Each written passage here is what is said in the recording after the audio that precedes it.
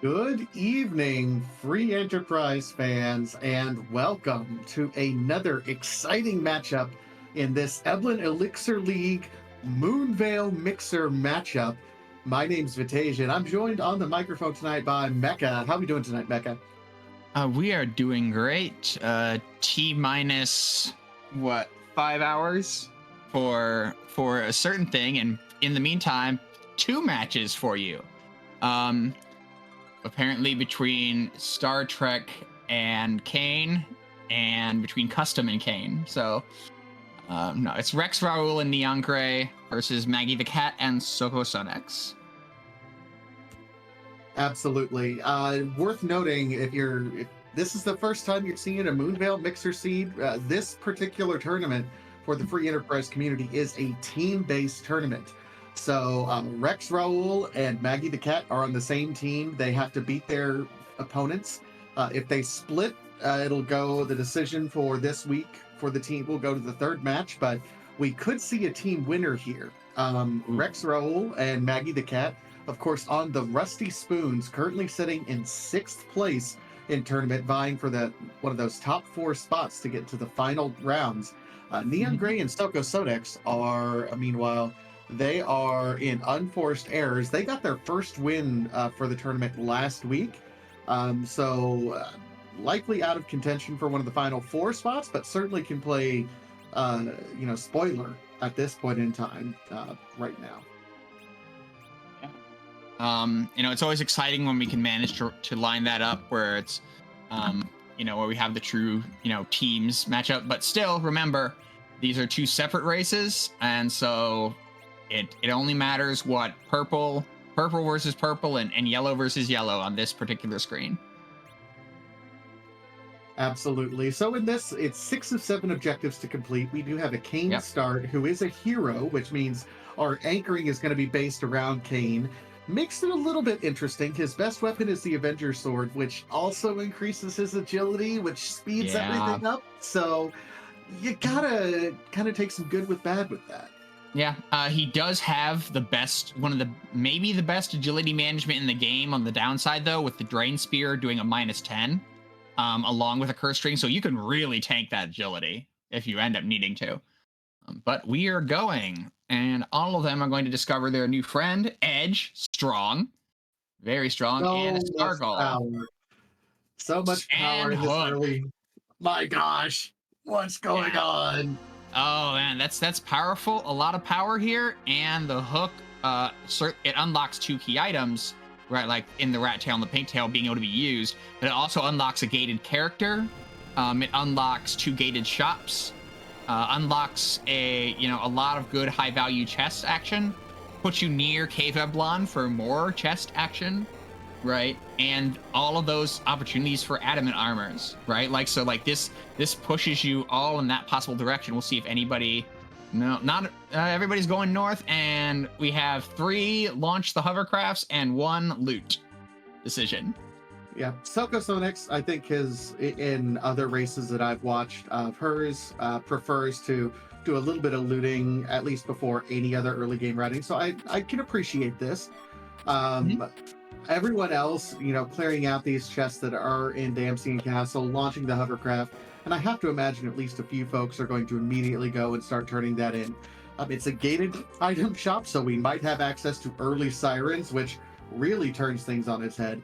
Plus, you do have that extra character check, possibly some access to hourglasses as well. There's just a lot of things that early hook like this unlocks for you that make it a bit too tempting to turn down. Yeah, and in Damasian, we got the best things we got were Assassin Dagger and a Black Sword, so 2 ways to instant kill things, assuming that Cecil shows up. So like that's kind of the big wins for the 3 people that went in. All of them looted as well as launched, and Soko Sonex is going to do the same. And yeah, Poison Axe. They picked up Poison Axe out of the top row of 3 chests. So that's certainly an upgrade to Kane. Well, and it's always nice to see that as well. Ooh. Sorry, Maggie found one of the objective bosses. Ooh. And in one of those off, like on those out of the way places under the waterfall, we have a bull gauntlet. So that is one of our objectives. This is one of those out of the way locations that you have to be able to check. Not a lot of runners. The first half of the tournament was a different flag set, which did not necessarily incentivize making these off-brand checks like Maggie the Cat is doing.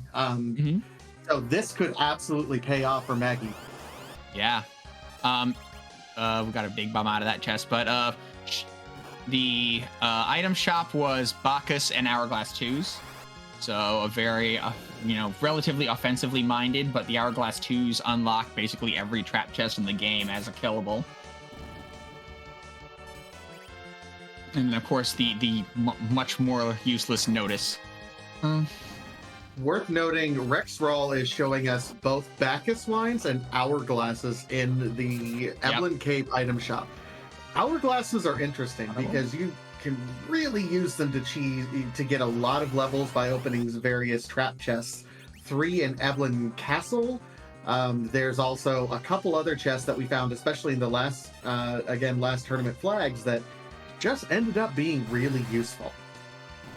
Yeah, definitely. With a longer visit to the armor shop, we see that both black belts and ninja shirts are in the shop there. And so that's a lot of good. That's good for both of these physical characters. Maybe eventually we pick up the ninja shirt. And Edwards, the character on Neon Gray's side, while Rubicant not above but rather below in Antlion's Cave.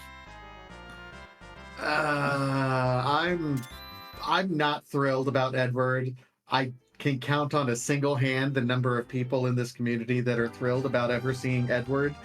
Neobari is clearly one of them, our restreamer for the evening. Just, hi, our useless floor mat of a bard, who can equip the spoon, but other than that... Yeah, I'm not a huge fan. We did see a dancing dagger amongst the loot in the cave, so, I mean, at least he's got something. Samurai bow is viable as well. Twin harp out of Antlion. That's another objective. And Golbez on another objective. Wow, we have 3 overworld objectives so far. From essentially what is Sphere 0 for us because of the hook. Right. Absolutely. Hook. We already get 2 of your boss hunts out of the way. Of course, the D-Mist is still out there, which unlocks, Rydia's mother giving us a key item, but also, we have a white mage now with Porum. This is looking like a very, very fast seed. Neobari clearly has somewhere to go tonight because we need to get things rolling, apparently. Yeah, that's the core component of a Bacchus or a melee heavy team, which is what we have right now, is, enough white mages to keep them alive and enough weapons to keep them killing. And, right, like that's what we're seeing here. Like augmenting Edge with the Assassin Dagger, for example. Things like that to just get Edge's second weapon, because Edge really requires a second weapon for his attack formula to be good. Like Edge with 1 weapon has an embarrassing attack formula compared to Edge with 2 weapons. See that longsword make it over the charm, bump him up to a massive 101 attack. Right, like in this early. Absolutely.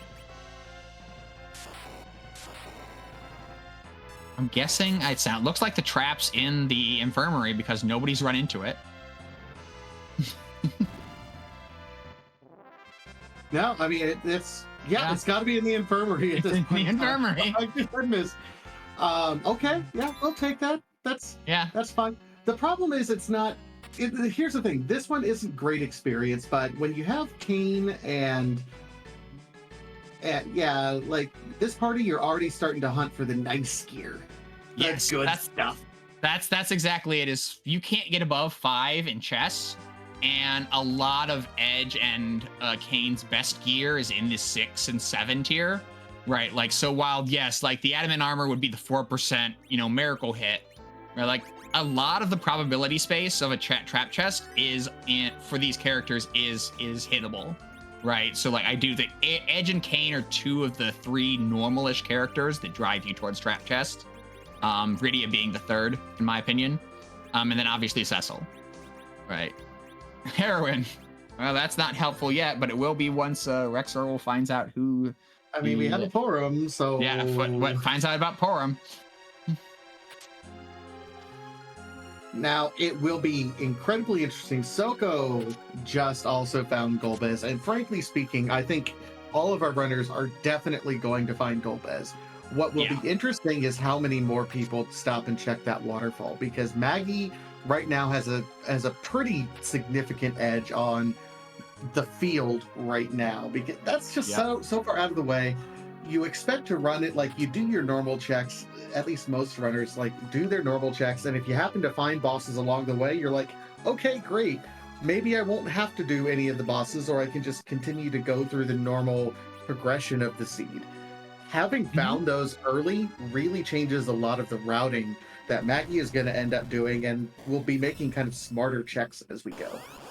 Yeah, I think that's the big thing, is the information means that Maggie knows there's only one boss hunt and it's demissed, right? Like that's information the others don't have yet, and that could very much change their early game routing, or their mid game routing for that matter, if they continue to not look at Waterfall.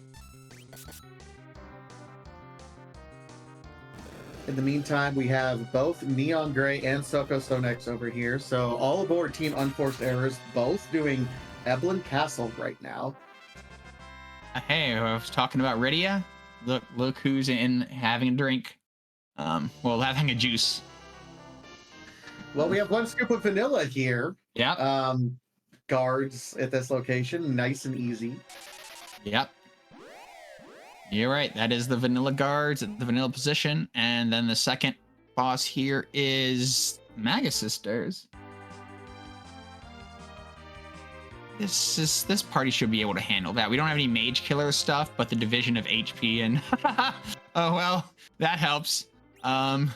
Mindy went way too fast and tried to delta attack before that was possible. Mylon Z goes down, and just Crystal Hat for the right side, and soon for Maggie the Cat as well. All right, so we've already gotten two bosses. We also have Twin Harp, which again, third objective. We know we're going to get access to both the moon and killing the king of Monster Town relatively quick. So that's 5 objectives that we already have down.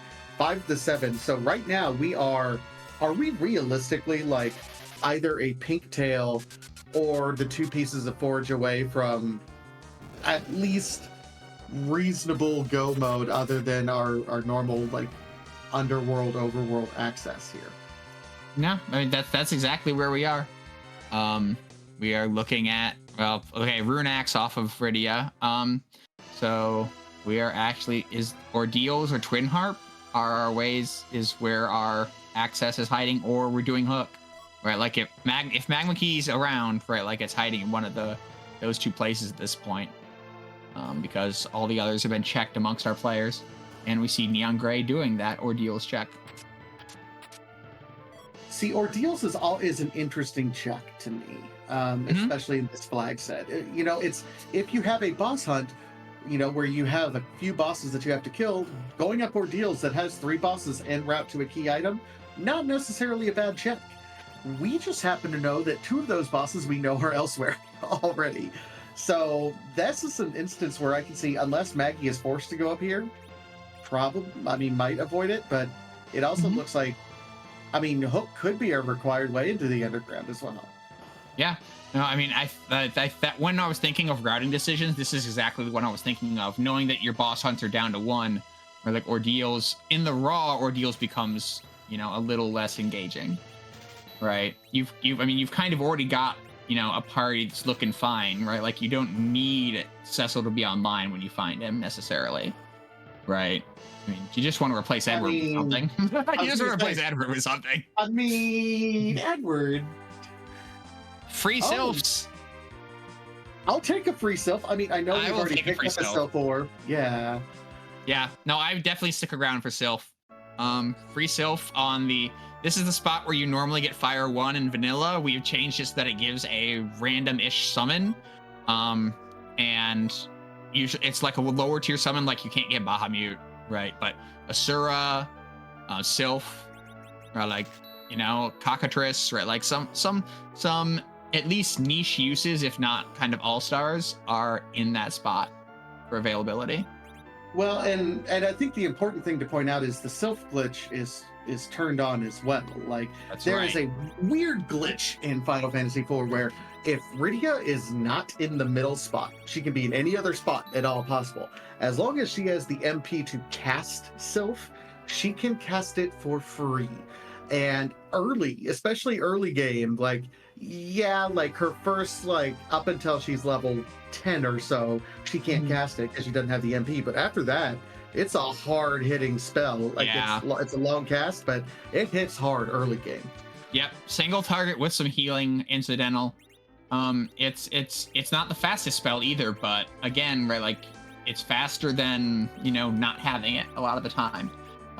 So no, Sylph's a great pickup, a good piece of your toolkit for an early Rydia. And that's what we've got. So yeah, back attack spots, just more soldiers, so very easy ordeals by and large. And we've got both Maggie and Soko are on the Baron unlocking of Rydia to join Rex in that. While Neon Gray is through the bridge, and we will find out shortly what's at the Crystal Room spot, as well as see whether Kane's heroics are up to snuff.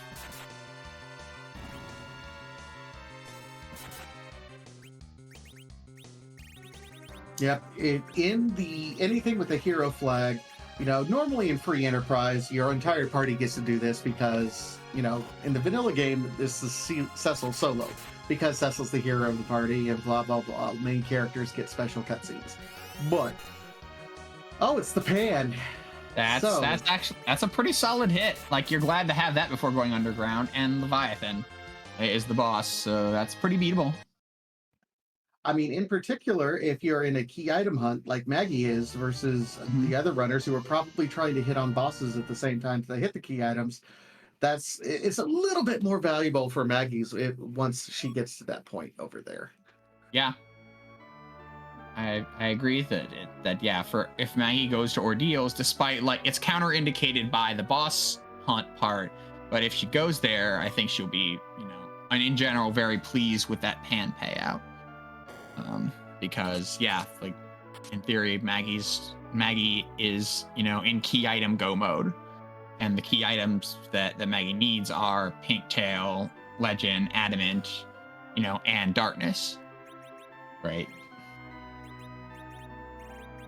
Right, and you know either, and obviously the Cocoa Forge is a pair, so just one will not do. We even have the hook for Pinktail. It's so easy. Yeah, this is playing off. And here's the problem though. Like, as a runner, you're not supposed to be like, oh, I'm also in go mode at 10 to 15 minutes into a seed. That's very unusual. And so none of these runners, except for Maggie, is looking out for, oh, I'm in go mode. Like, that's not part of the calculation right now, except for Maggie. So she's having experienced that. Maggie's probably feeling a little bit more pressure, but she knows she's in a very, very good spot. Mylon and friends at the miss spot. Rex about to get his Twin Harp. Soko's through the fight, and Neon Gray is shop checking Cydia. Looks like Maggie's going to do a bit more shopping too. Dragon Whips were buyable for Rydia lovers. I mean, an Odin learn. I mean, it's just they're there. Right? We have an Odin learn on Soko's side, which is not something you see every day. It has utility, don't get me wrong, but it's not necessarily something we see every day that somebody takes the time to learn Odin. Tier 3s and Star Veils in the Troya bar. Whew. if you need a little something before Zeromus, they've got you covered.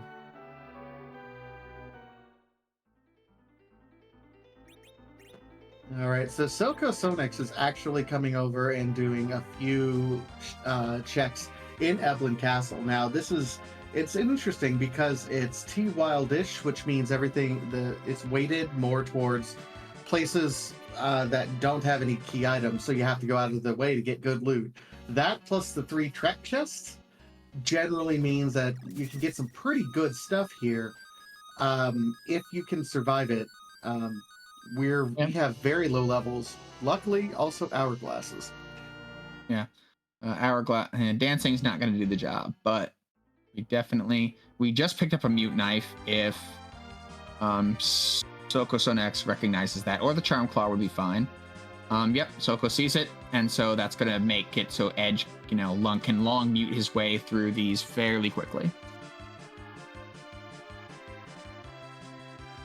Didn't know that the Mad Ogres were actually given mage weaknesses, huh? Yeah, that's the one of the Elven Bows, Mute Arrows, all the mage killer stuff get you through Mad Ogres pretty quickly, and we're seeing Edge one-shotting them. So that will, again, a big boost of experience and that roll on the table. This is, except for the lack of Cecil, this is one of the parties that has the most chance of getting something out of these chests that can be used. So I really do like the chest check here. I ran the numbers in detail on Eblan for that sort of thing, and I'm very much a fan. I think the odds are with Soko on this one. Stardust Rod, that plays. That'll do. That'll do. Yeah. To answer a question in chat, Jazer, Mad Ogres are wizard ogres from FF1 that cast Berserk on themselves. There's all sorts of weird lore about, some people, there was a rumor that said Mad Ogres were supposed to be mage ogres and it was a mistranslation.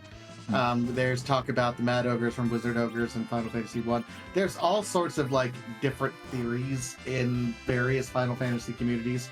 I don't know if there's a real answer. It's just we're it's just a thing. It's a mechanic that we accept as truth, and we're not going to try to rationalize it. Yeah, both kind of ogres, the ones you can see in Cave Magnes, as well as Mad Ogres, do allow Baka Steel, right? But yeah, the Mad Ogres are are mages for whatever reason, even though they only punch.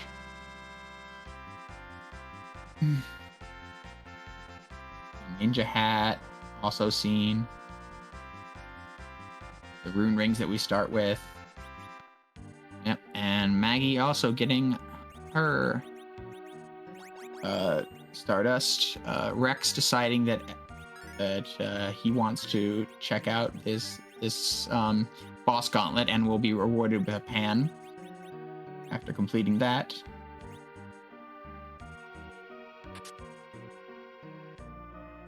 Another Ninja Hat, and not checking the last chest.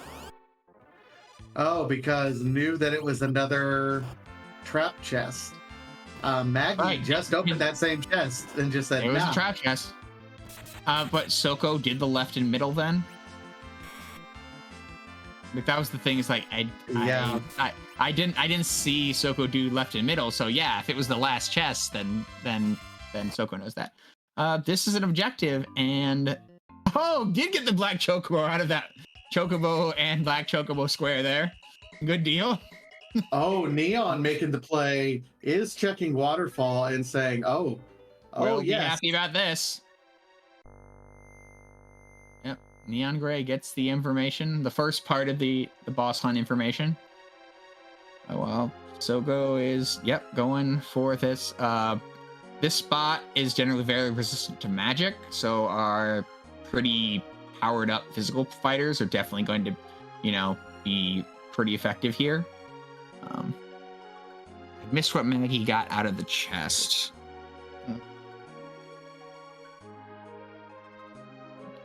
The second fight. Or did Maggie wipe? Did she get death? Is that it? I'm thinking it's possible that death, because Maggie made it through the mages, the Mad Ogres first, and the Mad Ogres are over here. So it is looking like Rune Axe, another mage killer, which we did get out of Baron. So yeah, just mage killing gear akimbo.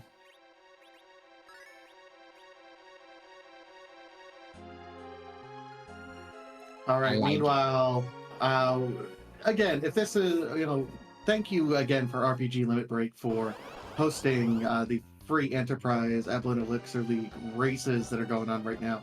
We're about to see one of the great Easter eggs of the Final Fantasy IV free Enterprise community.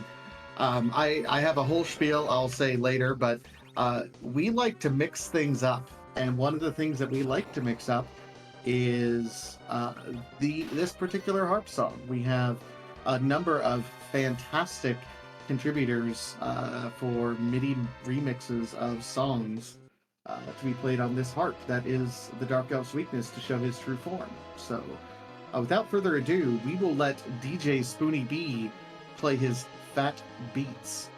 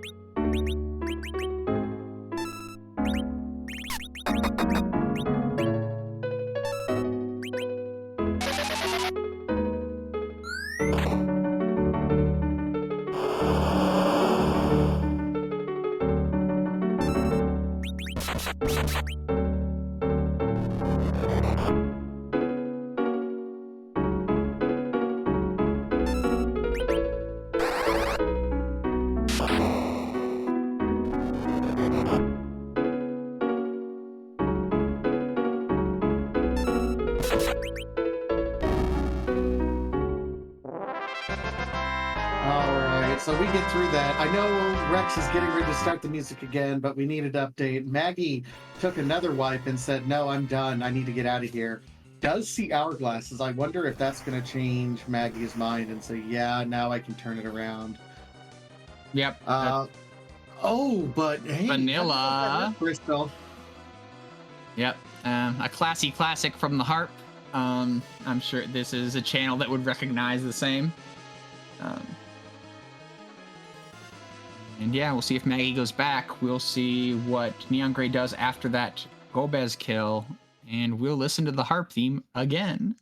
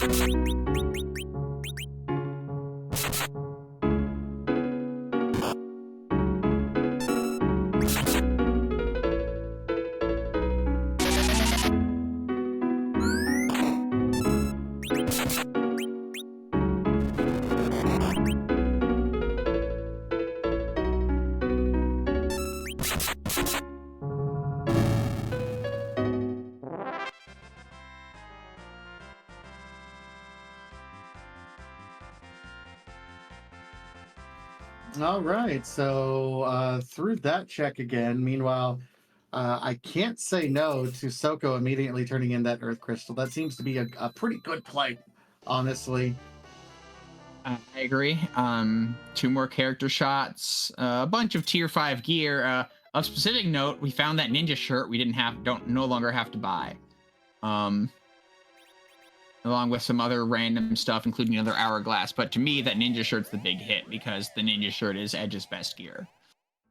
So best in slot for Edge on the body is a great find if you're going to go through that nerfed treasury. Yeah, and I mean, for Untrapped Chest being max tier 5, that was still a pretty good treasury, all things said. Finding a piece of best in slot is always good. So it does look like Rex is going to be following Soko immediately. It's interesting because when you look at the runners, like, they're not racing against each other, but Rex and Soko are on kind of the same path, have already done the same objectives. Rex has the pan, but Soko doesn't. Neon Gray and Maggie are kind of on very similar paths. And again, you know, Neon has the pan and Maggie doesn't. So there's little variations that all four of our runners have done up to this point in time. They're all in slightly different spots, but it's just very interesting how there's different routing decisions and trees that are made in this particular community, and there's not been a consensus in this tournament flag set yet as to what is the quote-unquote optimal thing to do. And I think that's what I like most so much about this tournament flag set. There's not been a meta that's been developed. Everyone has their own strategies. And I mean, we see even in going to Zot, where like Rex is looking for a trap chest, whereas Soko isn't. Soko is immediately going to the 9,000 HP Maga Sister spot and getting an Ogopogo there. Again, the reason for hunting trap chests is the gear. No more key items in this version of the flag set, but adamant armors are back on the table, as well as, you know, obviously the higher tier ninja swords and the higher tier cane weapons. Power shirt. Power shirt, I'll take it. Hey, you talked about that ninja shirt being best in slot. If you like plus strength, I'll take it. Yeah. It doesn't look like Rex went and looted, which is also a defensible decision again because, like I said, it's only tier 5 stuff, right? But yeah, the Cyan theme a couple more times simultaneously, in fact, for Neon Gray and Maggie the Cat, but you'll have to hear it on your own. You can go back and watch the VOD. You can hear it twice already.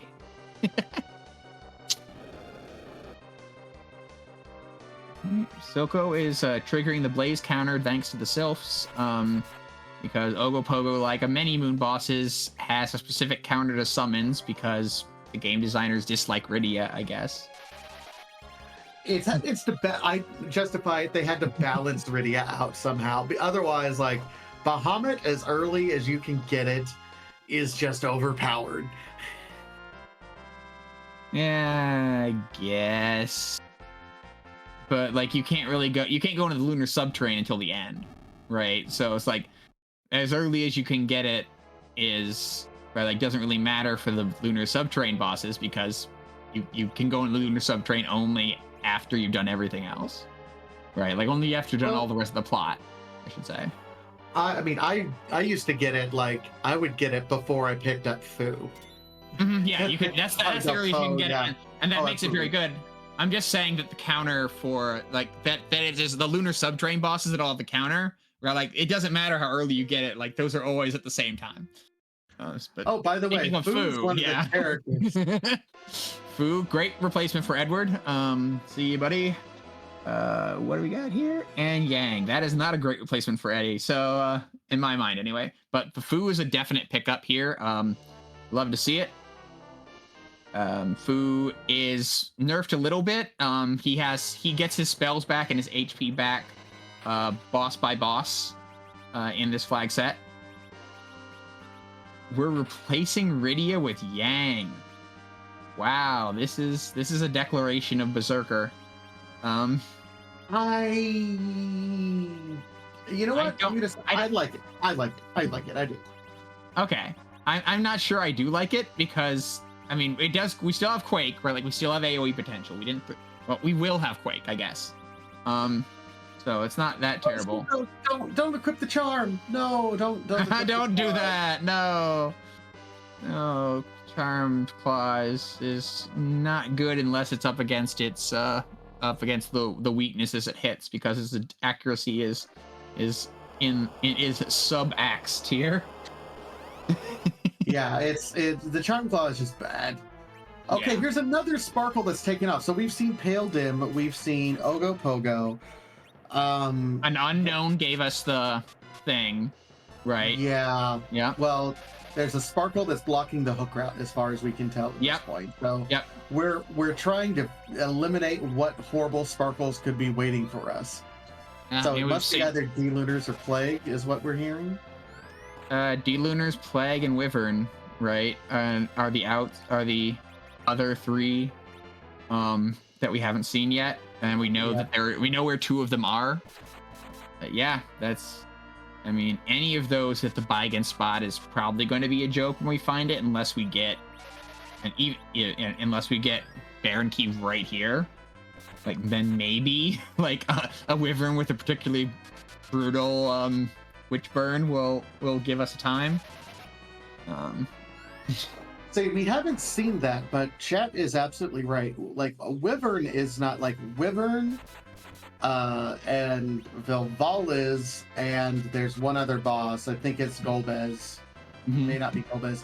Cannot block your access into the underworld. Your logical access. Your only access. Wouldn't you say, right? Like if there's a way of the underworld that's blocked by that, right? Like that means that there's another way, right? Absolutely. Yeah, it's Golbez. Yeah, thank you, John. I thought it was Golbez. I just want to double check. Oh, and DKC on no free, but no free flag isn't turned on, so we're not talking about that. It's another Charm Claw. You can double up on them. No. There's no reason to double up on them. They don't provide you any advantage whatsoever. I guess they have some stat advantage, but it's really bad. Val is on there absolutely because it can be really rude depending on what party you absolutely have. So that's the Luka key. So that does eliminate Wyvern. It means our logical access absolutely must go through the hook, which tells me it's Plague or D-Lunars, both of which aren't fun at that particular location. D-Lunars, you're probably, we have some decent party members, but we're probably angling for Lunar Frog strats. Plague is going to be real interesting, although we have Bacchus lines on the way down there. Yep. There is an out for Wyvern, and it's if D-Mist has the Magma Key at the King Queen spot. That'd be a real edge case there. It is absolutely an edge case. But that's technically possible. For anybody that's rooting for Wyvern at the Ruby spot. Raise your hand in chat if you're on Team Chaos. Team Walk It Out. Team Walk Out the D Machine. Do you face check the Sparkle and see if it is Wyvern before you go and check D-Mist? I think you have to, right? Like, so you go back and save, you come back, you face check. If it's Wyvern, do you walk it out? I guess it depends on the Witch Burn, right? I mean, yeah, I'm checking it at that point. Yeah, I'm Like, checking it, but you gotta save first, right? Because if it's like, so it's like you have to walk back to save, then you come and face check it, and if it's Wyvern, then you reset, and the Witchburn is bad enough, right? Like, and then you reset, take the save, walk it out, right? Like, then exit it. Then you get to go talk to Mom and find out what the chain possibly to Magma Key is. Man, I don't know. I look at that, and it's gonna be something nasty. It's gonna be something like the Witchburn instead of Mega Nuke is gonna be something like Party Wide Week, and then you're like, nope, I'm just back it up. Ooh, Party Wide Week's a good one. Party Wide Glare, Party Wide Blizzard. Right, like there are a number of places where the substitute for the Mega Nuke is not as bad as Mega Nuke, but it is sufficient. More than sufficient to ruin your day. I still remember a time. This is how old I am, by the way. I've been part of the free enterprise community for so long. I remember when Witchburn could still be Big Bang. Oh baby, that was like times. It was amazing time. There's something like seeing a Witchburn Wyvern casting a Big Bang in Antlion Cave. That's pretty wild.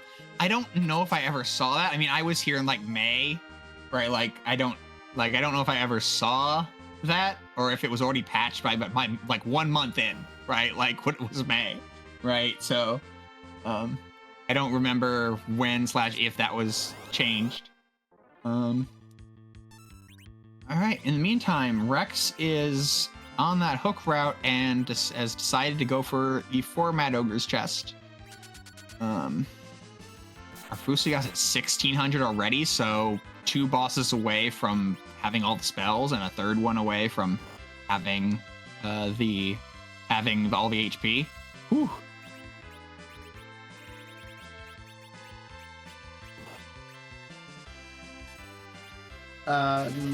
It's interesting because, again, if you know this and you kind of have logically already found everything, you're like, okay, it's either Plague or D-Lunars, and you have to set up for both of them in a very different ways, right? Yes. D-Lunars, you're like, I'm not attacking, I'm pulling back, I probably can't do enough damage. I mean, you have Nuke, so you're right. You have pretty good, but you have Nuke, Quake, Jump. We don't really have a power summon on Rydia, which is a huge problem if it's D-Lunars, right? Like Rydia could be putting out so much damage. Right. But then Excalibur. on the other hand, Excalibur out of the Mad Ogre 4 chest, which is it's a dart, and it is a a reason to take Cecil to some degree if we find him soon enough. I tell you what, I found in this flag set, the only time you don't take Cecil is if you're already level 40 and like done grinding. Like you're not going to come back to take a dedicated grind on anything. But if you haven't done any sort of dedicated grind, if you're still like in that 30 to 35 range and you pick up a late Cecil in like a weird late Earth Crystal or Baron Check or at Dwarf Castle or something like that, take him. He is that good. And the slingshots will fix the experience. Right. No, I completely agree. Right. Like the slingshots will fix the experience plenty fast. So you won't even notice that he was under level by the time you're done with your grind. And then you'll have Cecil. Cecil provides even without a weapon, Cecil's defensive utility is absolutely top tier. He can make fights that were shaky, or almost unwinnable, right? Like via cover strats. Cecil's just is top to bottom an incredibly powerful and useful character. Plus, he gets exit. Yeah, I mean, if you stop and think about the number of bosses in this game that just do not have a magic attack, like all they do is hit and they punch hard, absolutely. And if you get a Octomom in a really bad high physical attack location, that can be a tough fight. Octomom, Antlion, we're talking all sorts of the Dark Imps, all these physical bosses that are out there. But yeah, back row Cecil, all he does is cover and then bring to life people, so he auto covers everyone who's weak. you're set. You are good. On the Edward lovers front, Neon Gray kept Edward, ditched Rydia and Porum for Fuso Yan Yang. So 3 good physicals, 1 Edward, and Fuso Ya. So if you thought that the double white mage triple fighter was a declaration of berserk, woo! And it is D-Lunars. Look, Heroine Robe Dragon Whip Rydia is clearly another melee fighter, but At least as better than most Edwards, yeah. And we do have the Heroine Robe. But yeah, it is D-Lunars, and so as you said, where like direct physical attacks don't work, jump works, right? Like that, like darts work, ninjutsu works, right? So I mean, this party's definitely not completely out of the ability to do stuff with its physical fighters, but yeah, the MP situation is dicey, right? The problem is that Fusoya doesn't have a lot of MP, and I'm not sure if we have the either twos. I know they were in shops. I saw them in somebody's shop, right? But I don't know if we actually picked any up. So we will see. It's 25k split 2 ways, so 12k. 12k, 12 and a half a pop. 4 nukes just about covers that. The alternative that you have to kind of prepare for, because you're getting deep into the rounds, is preparing for the breath attack. Now, we're not quite past it, but it's getting close. Mm-hmm. Yep, we're in the fire script, but that doesn't mean the breath attack is off the battlefield. And Rydia is Bakasing, because Dragon Whip is a dragon killer weapon. That was a swing. You did not use a weapon, and now we're in the virus. Weapon. Yeah, there's no weapon, which means that punch was bad. We're still in fire, but now wall is up. Which means it. Okay, good. He wasn't on a nuke. He was on a Kira 3. Neon Gray going back to Eblan, maybe looking at some of the chests that we didn't have people complete. Soko Sinex is fully caught up with the tower, and Maggie's at the first fight at the first fight spot, which Soko is about to enter. So those two, Maggie and Soko are very close, except for the trade of Maggie got an extra objective versus Pan, and Neon Gray's looking for a little more power and has done everything on the overworld, while Rex is I mean, this is that Rydia is ruining your day because she's triggering the fire counters, and that's it. So that's a rough one. You know what? I don't get to do this too frequently, but I'm going to point at S-Grunt, who is constantly asking to let Rydia hit things. That's on you. This is entirely on you, S-Grunt. You should have specified. You let Rydia hit things with a Dragon Whip. Let Rydia hit things with a weapon. Gotta be more specific, Grunt. It's right. You know, if you've ever played Magic, right? Like, you ask for a land, you're like, 1 more land and I can play this, and you draw a land as a tap land, and you're like, I should have specified. We have Bahamut in one of the chests that we didn't see. That's a big hit for Neon Gray. When I said that our Rydias didn't have a big AoE tool for the D-Lunars, Neon Gray does. Neon Gray is going to tear through those D-Lunars like it wasn't even a thing. Yeah, Rydia second best punch mage. Oh, the memes that are gonna come out of this. It's amazing. Yeah. She was doing, a little over, a little under, like around 100 damage a punch. I mean, that's certainly numbers. Lunar Frogs we see in by Soko Sinex, which is definitely a good strategy if you've got a physical heavy party to bring your physical power to bear. Because the spell, the boss bit actually doesn't prevent you from getting status effects. It prevents you from being affected by things with the boss bit on them.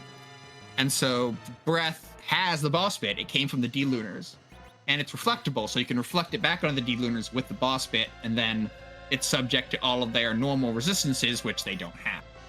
Right? So that's like, it is a small glitch in how, because you want to be able to, like, say a boss can cast a wall on another boss, right? Like Maga Sisters. So that's how the boss bit works. It's kind of a, only bosses can affect themselves, which is usually fine, but then they made breath reflectable, and so D-Lunars' late breath can be reflected onto them. And that's why we're beating on dragon frogs on Maggie and Soko's side. Oh, the X-Cal got yeeted. That's... I mean, that's certainly going to preclude... Does that change the math if you pick up a Cecil late here? Yeah, I mean, that makes it, that makes it less likely that he's going to be an attacker for you, right? We haven't seen an Avenger. We haven't seen a defense sword. We haven't, right? Like, the best axe we have is Rune Axe, right? Like, we haven't seen this kind of, like, even backup weapons for Cecil at the moment, right? So right now, Cecil's not doing anything. There's Cure 4 in white. So yeah, Fuso Ya's fully online. Soko and Maggie, and they are both through at basically the same time. Again, each of them has a little something the other doesn't. But right, like, and this is like Soko's routing is going to be affected by the fact that they're still looking for bosses. We have legs. We have tentacles at the top of the tower, and Masamune was in the other chest, so that's a great hit too, right? Like, so both of the other chests that we didn't see people complete had fantastic things for our party, and Masamune and a Bahamut orb to go with the whatever was in the first chest, Stardust Rod, right? So great stuff there. One for each, right, like one for each of our party members, so to speak. Well, I guess the two for Rydia, right? But yeah, like some really great stuff in there for people that weren't Cecil, which, like I said, like that actually is a thing. Consider your party comp when going after treasure chests or trap chests. All right, so a bit of divergence here from Maggie and Soko as they both enter the underworld. Soko is immediately diving into the Fey Marsh, gonna check out who the king is. I'm not opening any trap chests. I'm not interested in the treasure here in the Fey Marsh or the experience there. Maggie, however, is immediately doing kind of the standard shop checks. Otherwise, checking what was available in the item shop, what's available in the Job Dwarf. Job Dwarf is a surveying technician. A little Easter egg that we put in there. Love the check. It's some sort of farmer in the original, and so we just changed it around because we like to randomize things. Some notes on Soko's looting. We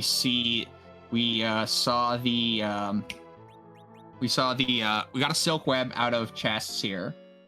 For Soko. I thought the trap chest was something. The free chest was something relevant, but then my mind spaced it. Nothing's lighting up, and I tell you what, I'm going to trust the word of our wonderful trackers this evening, because they've been doing everything to keep us honest. Shout out to both Dekar Smash and Garen, who's I don't think it was a key item. It was just something that was relevant.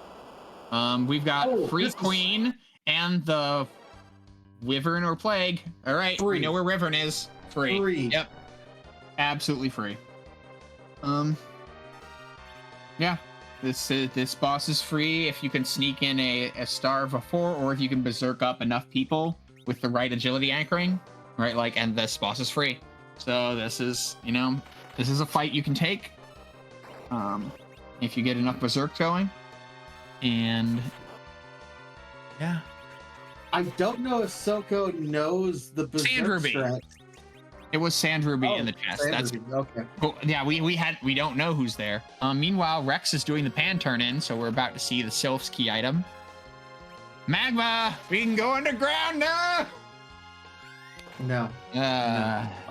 I refuse to partake in that. No. We can, however, find out that things are gone. We can learn about the end of all things if we were to toss that key into the well now. And that is valuable. that is a lesson that you should learn if you want to play this randomizer, is toss the key in the well when you already had underground access. Oh, did we not get the berserking going on this? Or no? Okay, No, the we berserkers only are gonna got live. two. Yep, no, that's not Nope. enough. Nope, you need 3 Zerkers going, and you have 1 Bacchus line. The interesting thing is, instead of casting Zerk on Porum and Fu, using those to get kind of all 3 of your Zerkers online, they started hitting, Palom trying to knock her Right. over first. I don't know if you need to have 3 Zerkers up in order, if you're not RA1, to be able to successfully do that. That's the keys, is if you're not RA1, right? If you are RA1, then you can do it with less. But that if you, and that's where I was saying like the right agility anchoring. Meanwhile, Rex got the package and the Avenger. So, that the Avenger is the best weapon we've seen for Kane and if you threw the Excalibur, it's the best weapon we've got for Cecil. Neon Gray getting the Excalibur news on their side. And yeah, both Maggie and Soko have decided that the free experience is worth their time. Because this is a scripted fight. After the king does 3 fire 2s, it will switch in to become conscious, and then the king will die, and the queen will die once the king is gone, as you're seeing on both sides here in the purple match. Next, giving us our first look at Dwarf Castle. I really like this play from Soko, like knocking down Young in order to better prep for that plague. I really like that. Oh, that's the pink tail. So that's it. They are in Darkness Crystal go mode. Right. It's either Darkness Crystal or the Forge if the Forge comes together before it. And we have no pieces of Forge yet. Leviathan for Rex. It's no Bahamut, but it's good. We have Leviathan in Dwarf Castle, it looks like. But yeah, no, the pink tail on the queen, that's certainly an interesting one. Because it's such a free boss, people are likely to kill it anyway. But, it's possible, like if it was a hard boss, there was definitely would be the possibility that someone, abandoned it. There's still the possibility somebody abandons it if they're feeling behind in some way. It's like, it's still not worth the time sitting through the script. It's probably like 30 seconds to a minute, and I'm not there for that.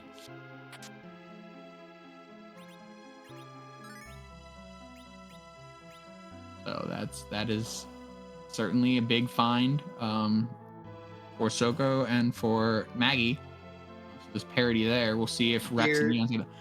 Yeah, here's the problem. It's better for Maggie.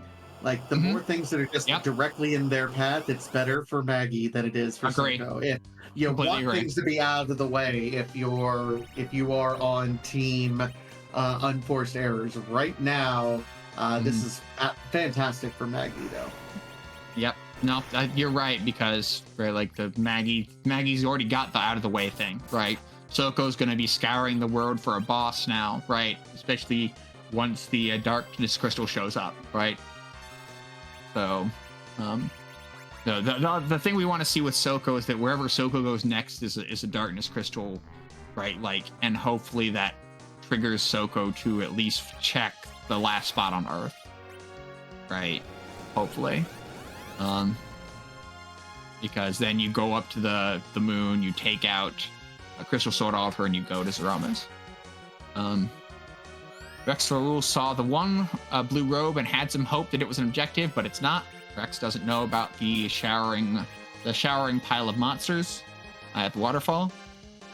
So, yeah. Yeah, this is going to be really interesting right now. Okay, so Rex. Oh, Dolls here. Okay, we knew that though. We saw Dolls, that. yeah, we saw that. Sidolphus is here. Okay. It's no Sid. The Wario colored Sid though. I like that. I don't know what the intent is for that Sid's coloration, but to me it's Wario.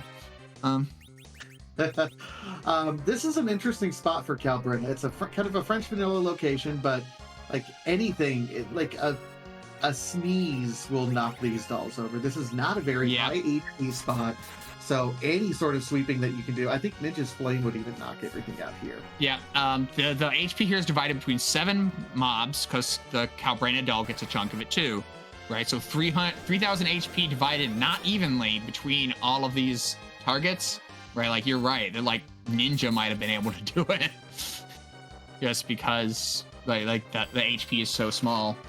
But Leviathan certainly does it, and Rex is through and has warp. So we're going to see another classic glitch. Neon Gray taking a death on the gauntlet up here. It looks like Soko's strat is the keep killing somebody plan, rather than the pure berserker plan. I think that's fair. I mean, do what you're comfortable with in these sorts of strats. You know, it's very rare that you get an optimal setup that you can do that. Rex finds the Baron key at our first location and will be warp glitching one of these classic glitches from Final Fantasy IV that we do allow, or at least has been turned on for this one, just a Moonveil, but I'll take that Moonveil. It is a good item. It's a great utility item to have in your pocket. You run into a tough physical fight on the moon, and you just say, "Nope, my Fusoya is surviving this." White shirt out of the king spot, and another objective for Maggie. Yeah, Maggie has an adamant armor on tap because the pink tail does what the pink tail's always done. And is going to be doing panless Sylph Cave, which makes some sense since Maggie probably wants to go above ground at this point, because of the pink tail. Yeah, I mean, knowing what Maggie knows and the checks that they've made, I can absolutely see wanting to do this. They know they're in, they're just in key item check. Wherever the key items are, I don't necessarily need to check a whole bunch of boss locations. Just what's the efficient play right now? This is the efficient play, so it makes 100% sense what Maggie is doing in terms of making sure to check this, doing this. We know where the pan is, and we know that pan turning is going to come almost immediately. Probably stopping off and turn in that pink tail because the adamant armor is just that good. Yeah. No, I completely agree. That there's no shade towards this. I like this decision given what's going to happen, right? Given what Maggie's going to do immediately, which is turn in the pink tail, right? Why not get a little more something out of that trip? Right. Neon Gray gets Lunar Frogs this time, and so the fight is donezo. Soko doing their pan checks. Rex getting the good news about the nature of the bosses, and decides to take the easy one first.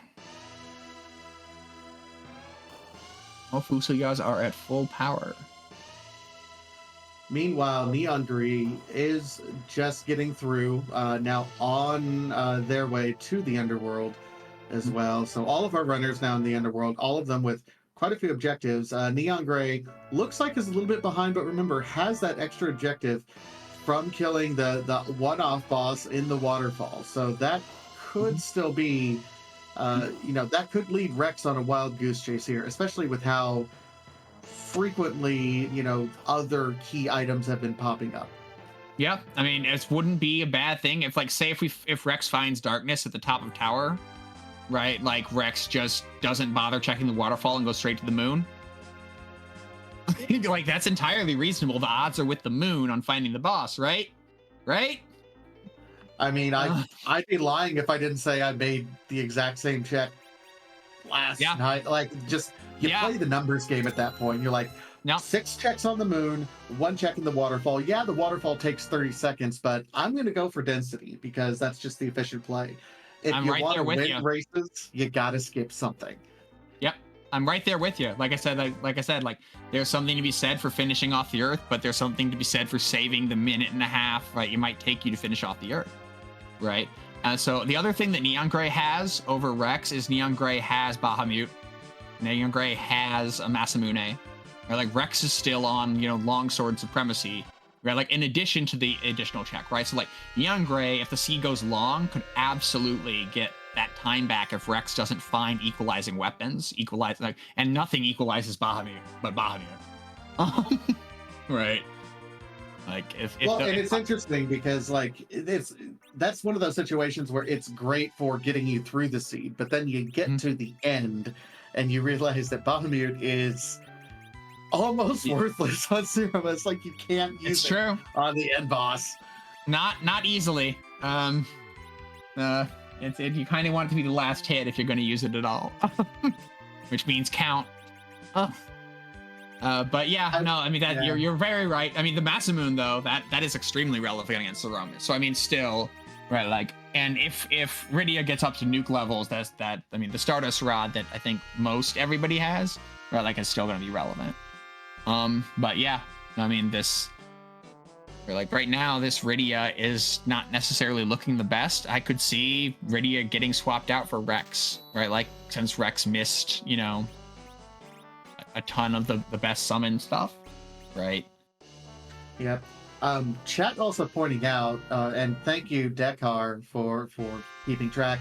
Rexroll also has 10 key items now, and remember, in the Final Fantasy IV Free Enterpriser, once you have 10 key items, the experience for everything that you kill doubles. It's our way of trying to say, hey, you've been at this for a while, please hurry up. So experience doubling is just like, now's the time that you can say, okay, I'm getting great experience, I'm going to be at end game levels pretty quickly, let's move this thing along. Yeah, I mean the Final Fantasy IV Free Enterprise has a couple of things already. There's no party XP isn't split, right? Like that's the big one, right? Then key items give double, and then there's a catch-up mechanic, which is often referred to as the slingshot because of its effect, where if a character is 10 levels or below the party average, they get 3x experience, and that does compound with the 2x, right? So I'm going to be pedantic, and I'm going to correct you. Thank you. It's not the party average; it's the party median. So wait. So you're okay. It's median. Okay. Yep. That's different. It's not the mean. It's the median. Thank you. Thank you for that. Yep.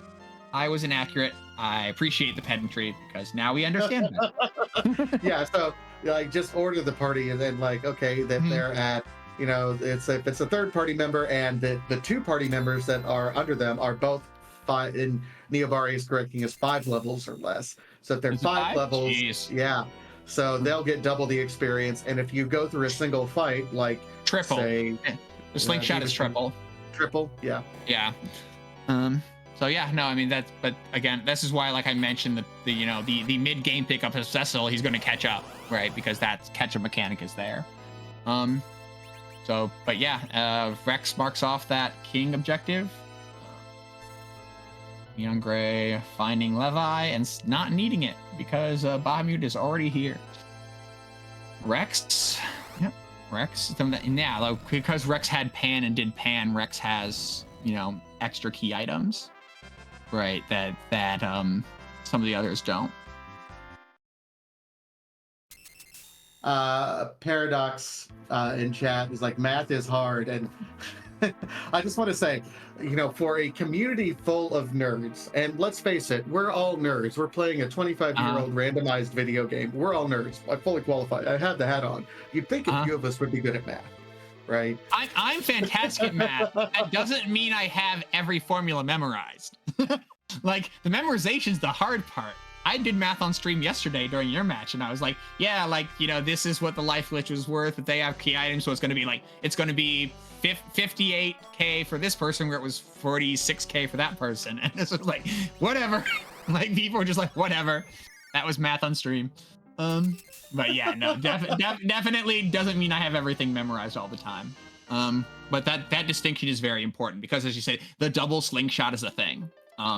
Right, like extremely common, especially in mage heavy seeds. You pick up a couple of kids who are level 10 and, you know, just 3 other people that are level 15 or higher, and the kids go to the moon in terms of experience, and they really need it. Hallam requires 900,000. Rydia requires 1 million to get to their respective nukes. Like, Those kids need experience. They're experience hungry compared to the melee fighters. 500,000 is more than enough usually. You mentioned the 10 key items. Rex is frying an egg. Yeah, this is one of those grind areas that, if you find the sirens, siren is, of course, an item available in the Japanese version of the game, not in the original American release because, they did not think highly of the American audience at that point in time and the complexities of the JRPG genre. But you use it, it will summon the lowest percent enemy in any given area that you use it. In this case, the lowest percent enemy are these eggs, which give I think the scientific term is a boatload of experience. And then you double the experience because we're at 10 key items. And this is one of those instances where we can get a ton of experience and grind up to endgame levels very, very quickly. Yep, it's a medium-sized boat, right? Like it's no D Machine or double King Ryu's, but it is a sizable boat nonetheless. And on the blue planet, it's basically unmatched. So that's why this is one of the premier grind spots. If you can find sirens, you just sit here and take. If you have 2 key items on, like 10 sirens is more than enough usually. If you have 10 key items. Okay, I blinked. And the wyvern was dead. So, what did anyone see what the witchburn was? It's possible to beat the witchburn at that point. It's possible that's what we saw. Bahamut here? Huh. Yeah, Okay. Bahamut. All right, so double dragons taking over Baron Castle, but we got this because we got Nuke. And I hate to say it, but Maggie is also the only one who has turned into Pinktail up to this point in time. So things go boom pretty quickly. I think Soko also turned it in because I saw them putting adamant on their cane. Whereas Rex hasn't turned it in.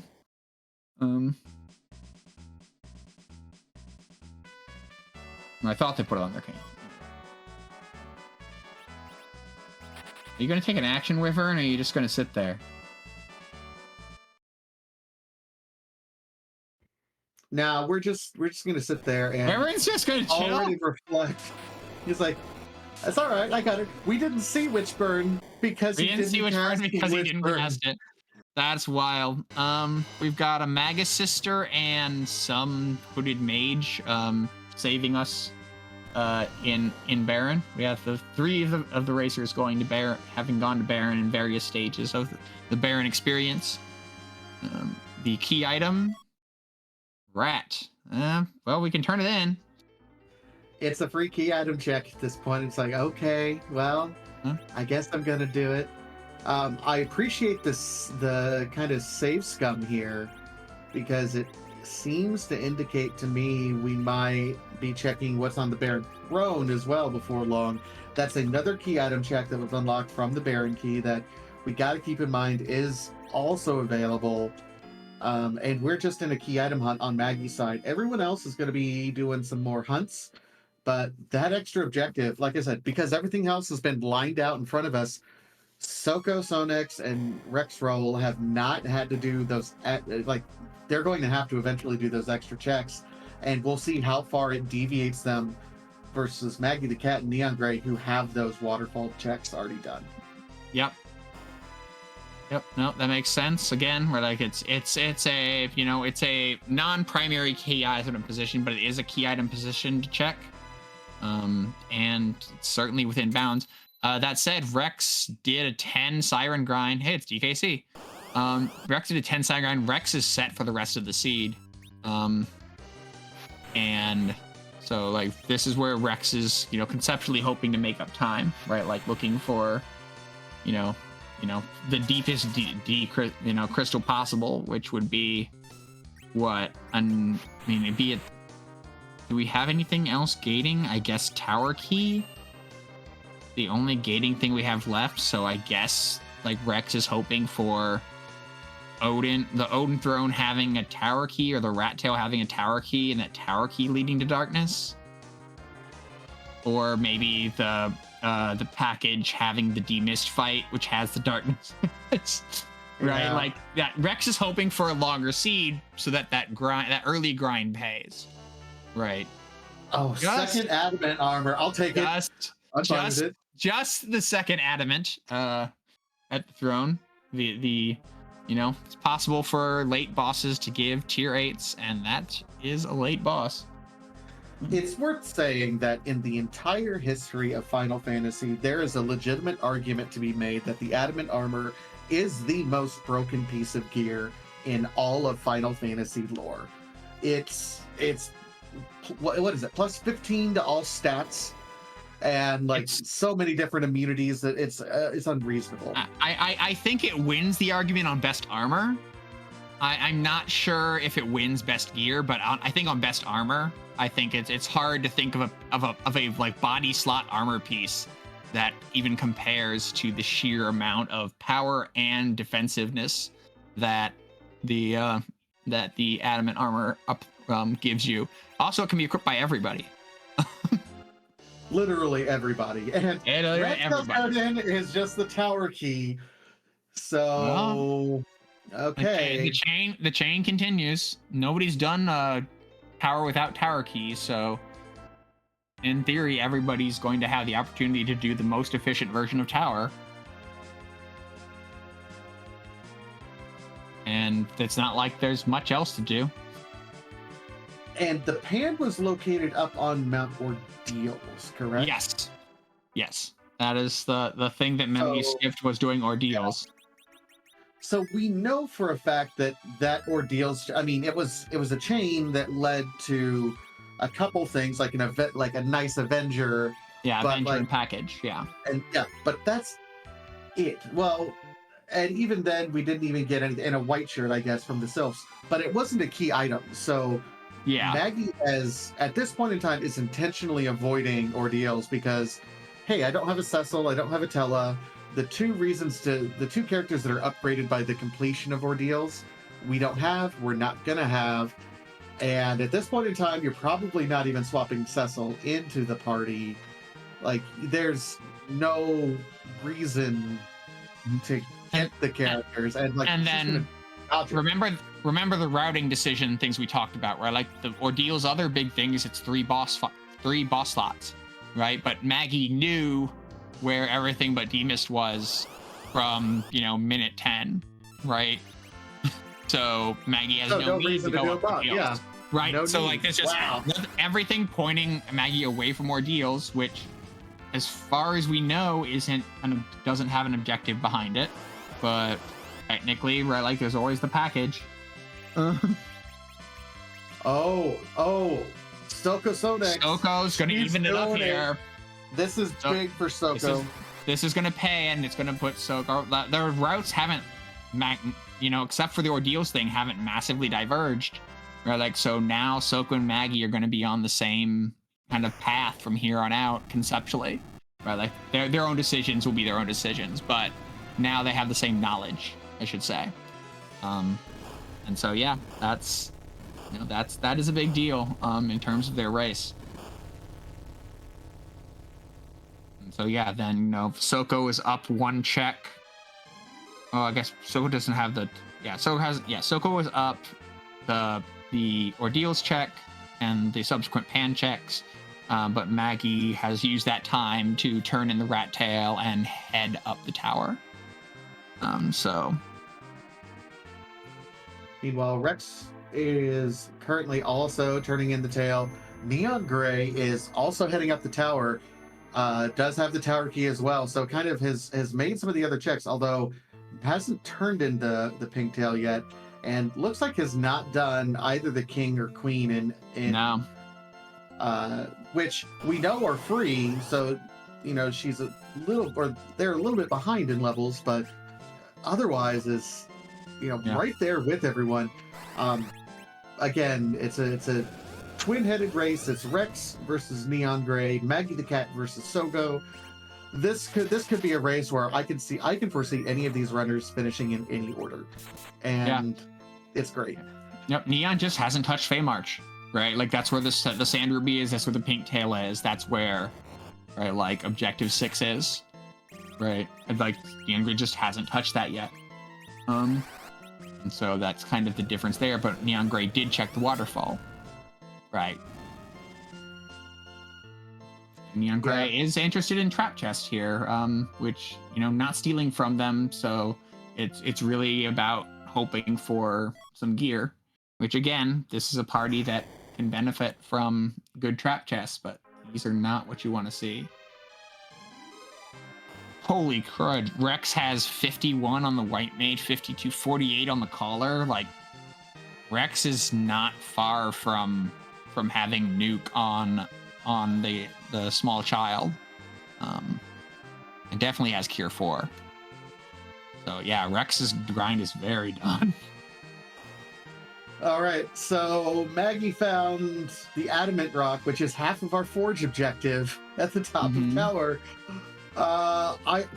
We've got, like, this has got to be, like, the tower key turning has got to be the darkness crystal. Like, we're out of, unless it's like demystic package. You know what? For the lulls, demystic package. What I want this to be is Legend Sword, so we have everything before we have the darkest crystal.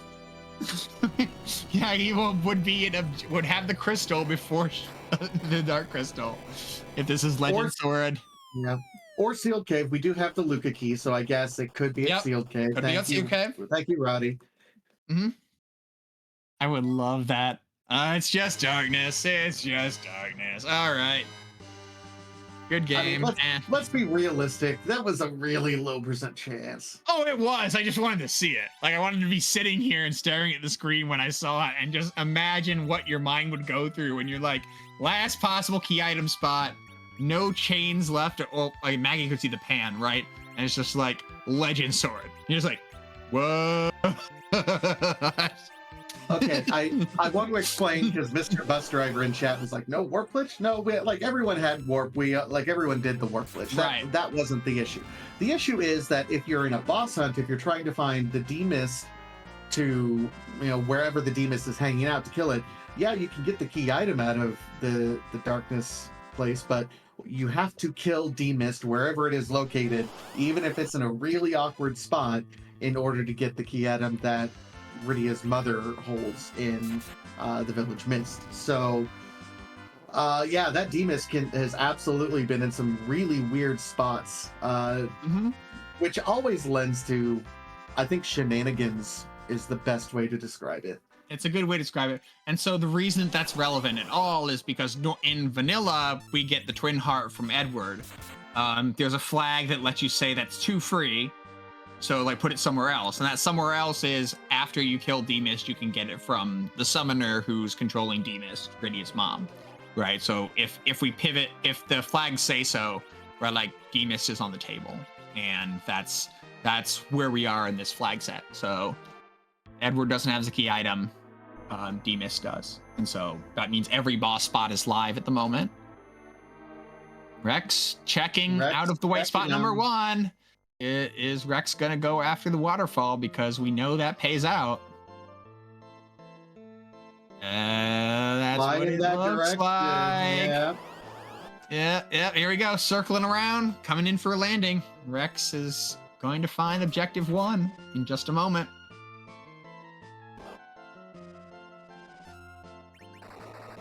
Yeah, Maggie's doing the egg grind because Maggie is in true go mode. There are no more questions for Maggie except who is at the Crystal Sword altar,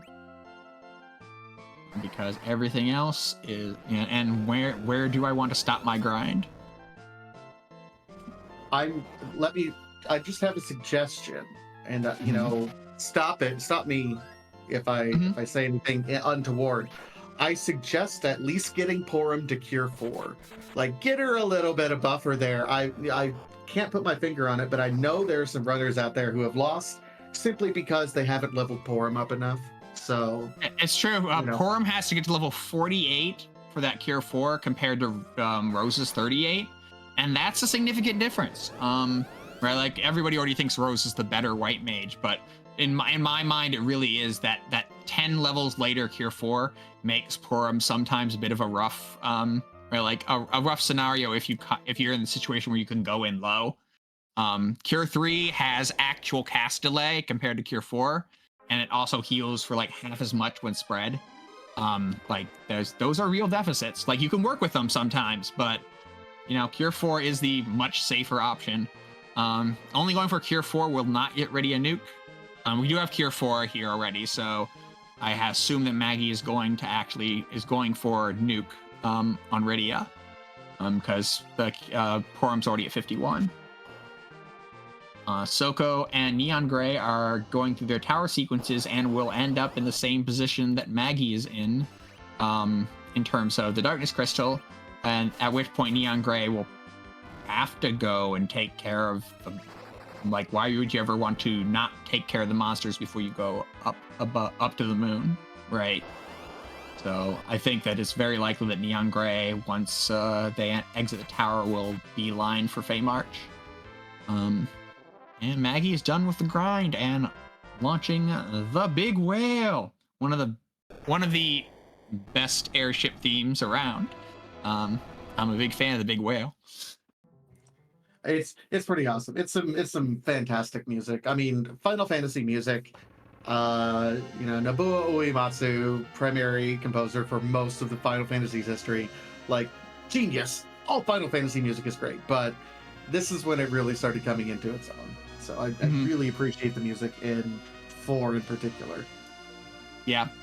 No, and there was a remix of the Big Whale theme in the Chocobo Everybody like remaster re-release on Switch. That was really good. Not necessarily easy to find stuff from that game necessarily online, but I was a real big fan of that was the music for the airship in that game was the Big Whale theme again. So, but yeah, Soko's gonna get rescued by a flying boat. Rex is going up the tower. Maggie has launched. Yeah, Neon Gray is doing a bit of shopping. Wasn't that? Can't remember what was in Tomra. Sirens. Has to be Sirens. Yep. Neon Gray just yep. No, makes sense. Before you go down to the Fey March, get your 10 Sirens in. An omelet of 10 eggs is enough for a party. We never found anything to make Edward good. That Edward is looking real disappointing there. Yeah, I think that's why a lot of runners, like, if you have an early Edward, you are fine ditching Edward, and then if you happen to find a spoon, he's recoverable. Like, you can go over to Mysidia and recover them, right? Yep. That's an option that we have in the flags where characters that you've dismissed wait in the Tower of Hope. Cecil is the one on the moon. A little too late. Unless you didn't throw that X-Cal, and then still probably too late. Well, I don't know, because you'd absolutely be slingshotting him. He'd be at level 1. Mm-hmm. So an X-Cal, because you have to complete the Crystal Sword Altar, which is a good chunk of experience. So depending on what you find there, double that for 10 key items, and then it's the slingshot. Yep, the triple. I mean, you get imagine. I mean, the real win there would be going to the ribbon room and taking the full 600,000 experience and slamming it into level 1 Cecil. Ding! And, problem solved. And all of a sudden, that's like shoving like a whole bunch of rare candies into a Pokemon. It's like, I know I just caught you, but we're just gonna like stuff you full of experience, and now we're going to fight the end game. Yeah, that'll probably make like a level 60 Cecil. Like, yep, we are ready to go. I mean, if you take Cecil, and if you had a Crystal Sword, I think that the calculus is much more in favor of taking Cecil. Even like a level 37 Cecil with a Crystal Sword is gonna do work at Zeromus. Right. Oh, absolutely. And you throw one of those adamants on him, and you're like, yeah, he'll even survive an unnerfed Big Bang. Like, I don't care. He'll do it. Yeah. No, absolutely. Like, if a Crystal Sword was in hand, I definitely think that Cecil could reasonably be taken, and then you just take the Wyvern experience, and whatever comes out of that, and then you know, if you go and kill, because Crystal Sword is an incredibly unreal powerful weapon that hits a weakness on Zeromus. It's tough to say anything other than yep, great. All right, so Maggie, first one up to the Crystal Sword altar. This will be the 6th and final objective, and it is Odin. Odin. You know what? Not bad. This isn't Not bad. a bad spot. You have some experience. You have some weaknesses that you can cast between Fu and Rydia. Problem is that it's fast, and that means that Zantetsuken is a coming. So I mean, we have enough black magic casters that we should be able to get through anyway, but and even the white caster, right? Like, but like that is the danger at this spot. Is the physical attack isn't enormous, but Zantetsuken is going to come by pretty soon. See, Mr. Bus Driver, what they don't ever tell you is the rare candies are actually like Cadbury Easter eggs. So they are actually the exact same eggs that we grind on are what you shove into Pokemon. It's a rare bit of crossover lore that most people don't know exists. But those eggs and our eggs, same thing. Rude. Pass. That's horrible. Pass on the moon. Rude. Yep. Technically, the exiting and going to pass would be faster, but that's only on a technicality. Like, better if you have to reset for sure. Also, if you need to pick up Cure 3s, because they're right there at the bar. Neon Gray is ready to take these two and does take the free one, so that pays off with the pigtail. Right, so Neon Gray is going to get Objective 6 in the line to Objective 7 here, and then off to the moon. So, yeah, I mean, I guess Neon Gray is hoping for Rexar will get Zantetsuken, or a rough Zeromus fight to catch up, I think, at this point.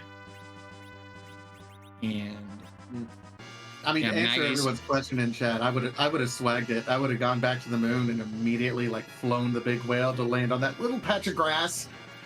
Yeah. Yeah. No, I like I said, like I think it's actually pretty even, and if you wipe, it's better, right? Because resetting from a Trojan wipe is way easier than resetting from a lunar subterranean wipe. So yeah, I think that the exit is incredibly reasonable. There's the pink tail for Neon Gray, and Soko is headed down to the Crystal Altar. Maggie was setting up for that fight because Maggie is headed on down to Zeromus.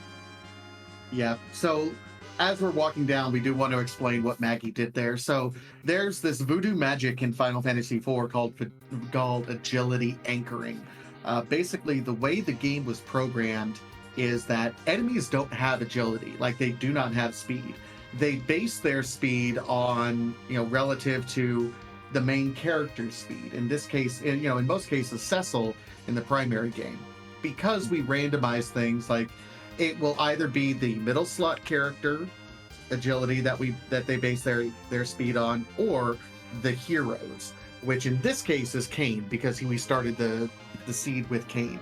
So the Dwarf Axe is -5 agility, which means we are intentionally nerfing our agility specifically to slow down the end fight, so the rest of our characters can take things a little bit faster.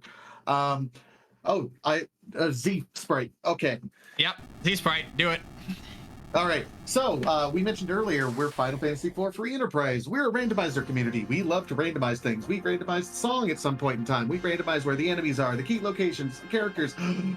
We randomize everything. One of the few things we can't randomize is Zeromus, because he just has a few too many things that are weird about his character that we really can't exactly do properly justice to putting him anywhere. So what's the randomizer community to do?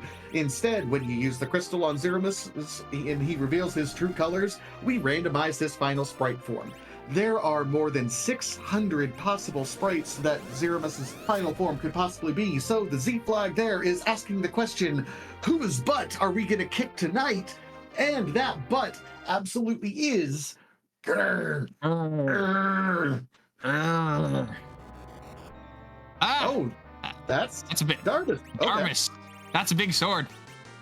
That is a big sword. Kind of feels like it's from like a Crystallis remaster or something. Yeah, I'm not sure. It looks familiar, but I don't know. Yeah, it doesn't actually. It's not. I don't recognize it immediately either. Small note on the speed thing. Zeromus's speed number is 69. And essentially, it's you want your speed to be, a divisor of 5 by it, right? Like to match up with the various speed stages of relative agility. So 14 or below, 28, 42, right? Like etc. Where like are the lines where Zeromus gets a speed from you that is the slowest he can be given your speed, and then your party members are all also relative, right? But that it's specifically that 69 speed is higher than basically anybody else is going to have, right? And so like that's why you are doing the thing of going like, well, if I tank my speed, right, like then the rest of my party gets great speed relative to me, right? We are looking at a reflex strats here. With 3 mages. Yeah, so this probably takes some explaining too. Yep. Zeromus has a mechanic that at some point, and I'm not sure the exact point, but he's supposed to have 128,000 something health. The game cannot actually read that high. So what they did is break him up into a couple different phases of the fights. And there's a counter refill script that happens when he's somewhere between 40 and 60,000. He's only supposed to have about 60,000 HP anyway. So between 40 and 60, there's a counter refill script where if you hit him, it will create a counter script to refill his HP and then kind of move him to the next phase. Yep. So I personally stop hitting him if I'm counting at 42k. So yeah, it's right under there. Yeah. Right. The neat thing about all counter scripts in this game is if you're hitting an enemy of any kind with a reflected magic attack, so you bounce it off your own walled characters back to the enemy, it doesn't trigger any counter scripts. So, and that's for attacks, anything, including, in this case, his HP refill stat. So as long as you're not pushing his HP with direct attacks between that 40 to 60,000 HP, his HP total is actually cut in half, which I don't have to be a mathematician to tell you, dealing only half as much damage is quite a bit faster than having to deal all of it. Yep. The mage casting is slower than swinging sweep, but there we see, already done. Maggie has down Zeromus, and Darmus sinks into the clouds. Maggie is the first on stream to be completed. As Soko Sonex enters the fight, right behind Maggie's completion. And it looks like Maggie's timer's frozen at a time of 1:36:18. So that must be the official completion time.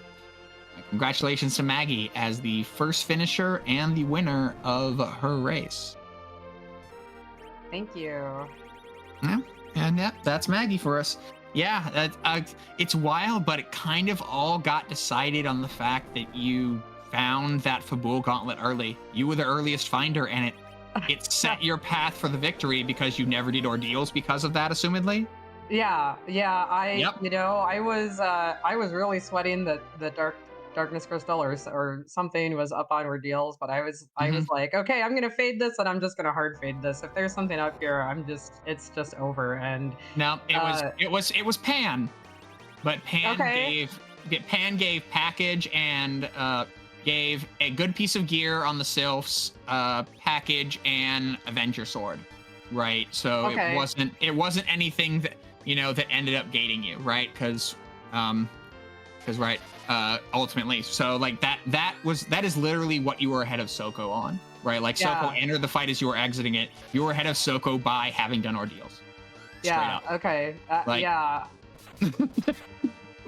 like I was like looking at my timer after, and then I got the gauntlet, and then I go straight to Hobbs, right? And there's Golbez staring at me, and I'm like, Yep. well, I'm 10 minutes in, and I'm 2 objectives down. I've never been in this situation. I don't even know what to do at this point. I mean, I think the ordeals call is a good one on the numbers there. So I mean, you may not have known what to do, but you picked a pretty solid choice, and it did pay out.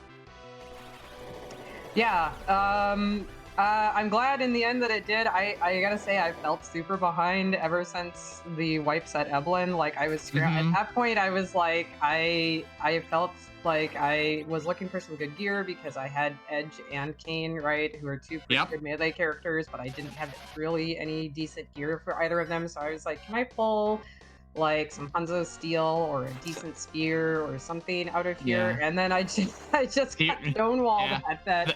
Sadly, that one chest. Sadly, the Hanzoist of Seal was in that one chest. The Masamune was in that chest. Of course it was.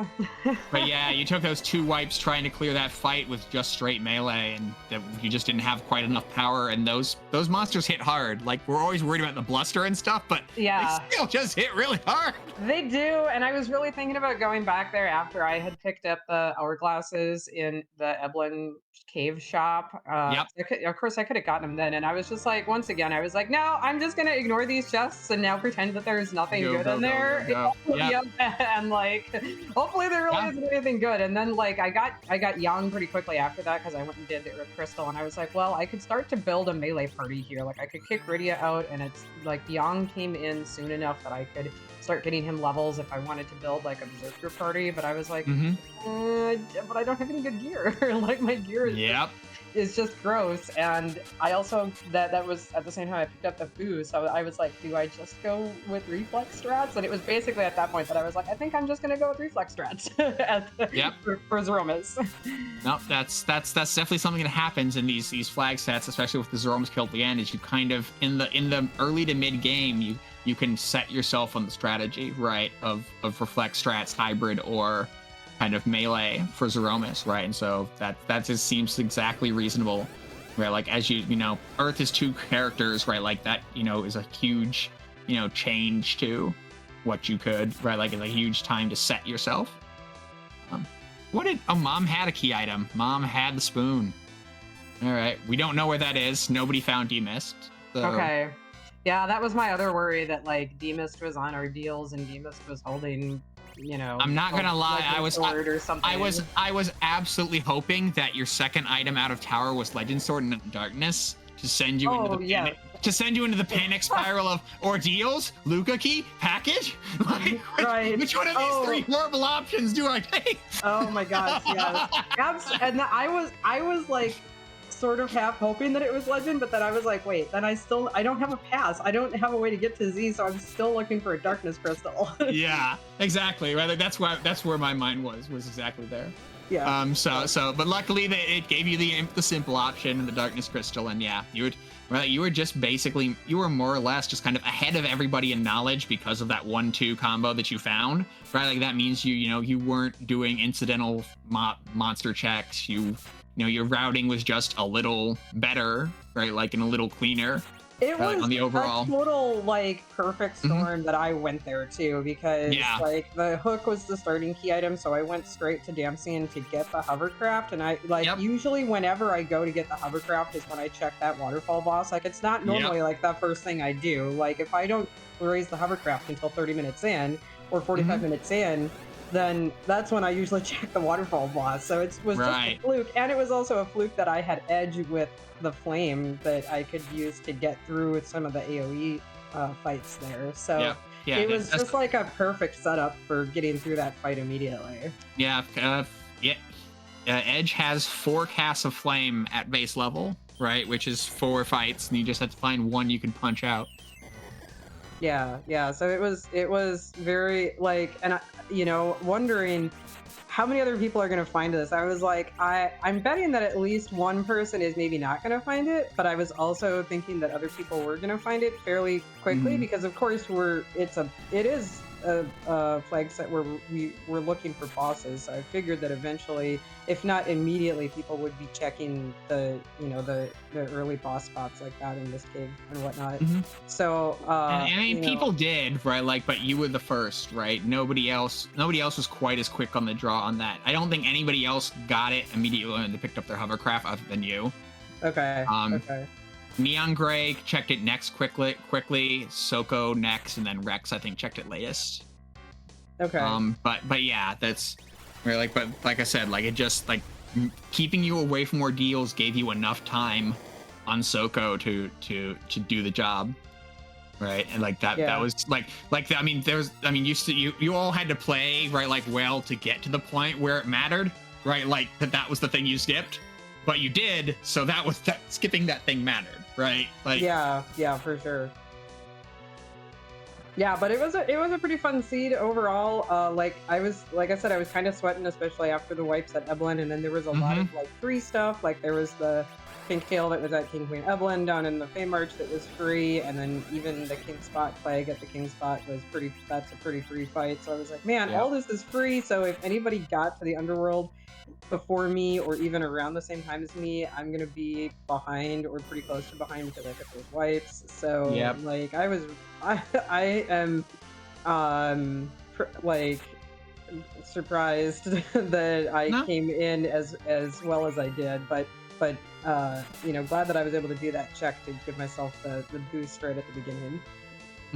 Yeah, like I said, just doing that check and then not doing ordeals because of it, like that was a big thing. Yeah, I mean, and those, other people did try the Fey March bosses when they first got there, and also found them just a little awkward, right? Like, Plague being just a little too fast for them, or right, like, or whatnot, right? Just or the D-Lunars being catching people in fire loops and stuff like that, right? Like so it was definitely not a gimme. I mean, there were, as far as Fey March bosses go, pretty free, but it was not a gimme for other people who also tried them kind of straight out of the gate.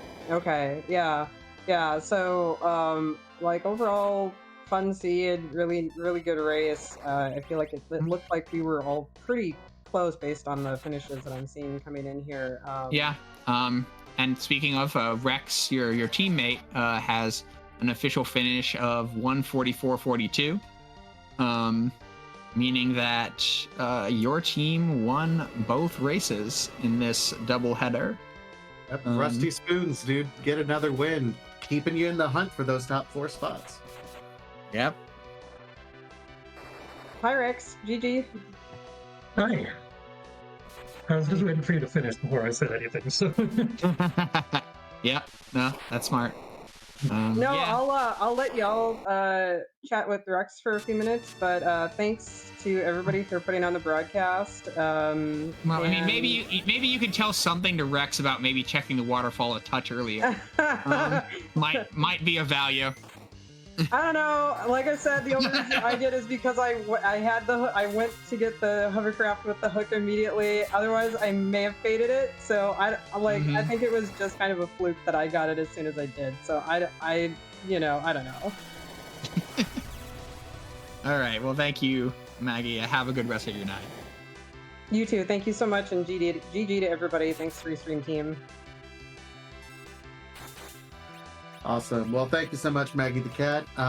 Rex Rawl, meanwhile, also pulling out the win. So that's, again, the Rusty Spoons moving on for another win. This was really kind of an interesting seed because everyone seemed to converge pretty closely, like right around Baron Castle, it felt like. But after that, it felt pretty linear from that point on, I'd say, right?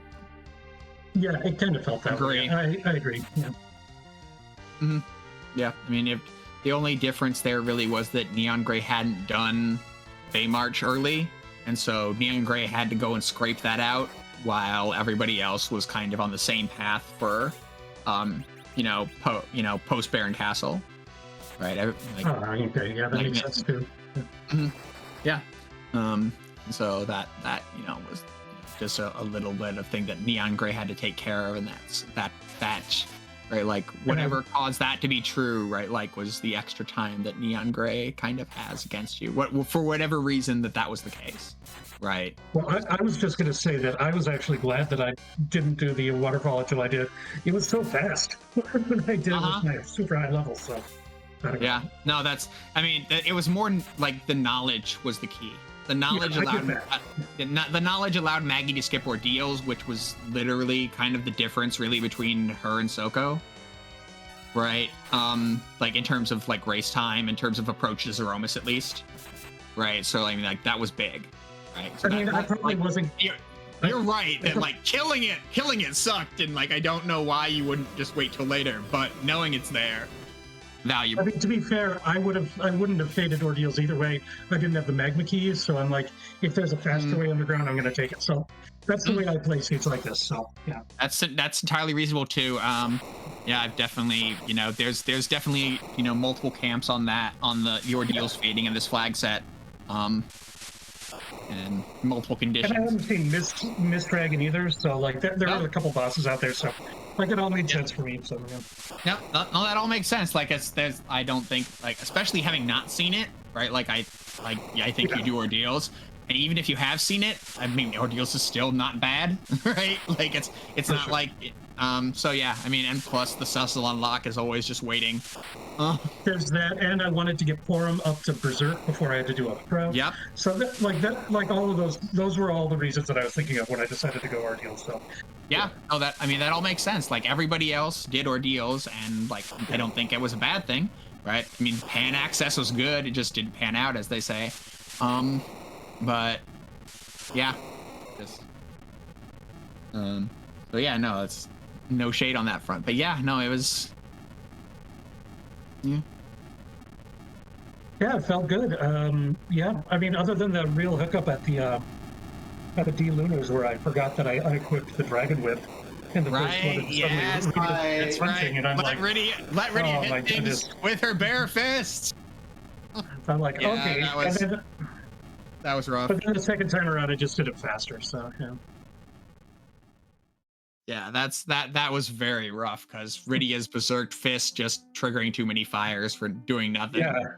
With the Dragon Whip, it does considerably more damage. Yes, considerably more. That's what I was thinking. I was like, okay, we're Berserking Rydia. We did have Dragon Whip access. Like, this is going to be... Oh, no. That's not what that sprite's supposed to look like.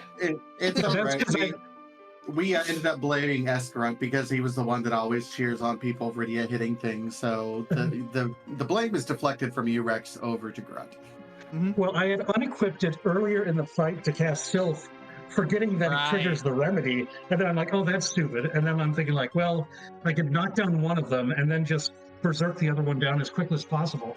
And so I decided to get the Dragon Whip for the extra damage and like, oh, forget to re-equip that. Oh, whoops. Yeah. I guess I'm doing this fight again. Yep. Story checks out. Yeah. All right. We'll let you go though. Thank you for your time as always. All right. Take care, everybody. It was a fun race. Bye. All right. Take care. And we are now joined by a simultaneous interview on both Neon Gray and Soko Sonex. GG's to both of you. That was just a close race, kind of start to finish for everyone. Mm-hmm. Yep. Yeah. Yeah, it was a really sort of, yeah, I mean, the seed, it told us where to go pretty much. Mm-hmm. Yeah, Neon, you were definitely the most completionist of the four people on stream in terms of like you had the Masamune, you had you had the Bahamut, right? Other people either tried those fights and didn't succeed or didn't try them at all. So there was always that kind of hope that those, that power would pull you forward, right? Like as we watch the seed proceed. Yeah, just unfortunately, it not quite enough. Mm-hmm. Yep. Seed ended up being on the shorter side, and that, right, like you can't compound those advantages, and the shorter the seed is. Yeah, I mean, if instead of Darkness, if that had been Legend Sword, I think I'd probably take Oh, it baby. because Yes.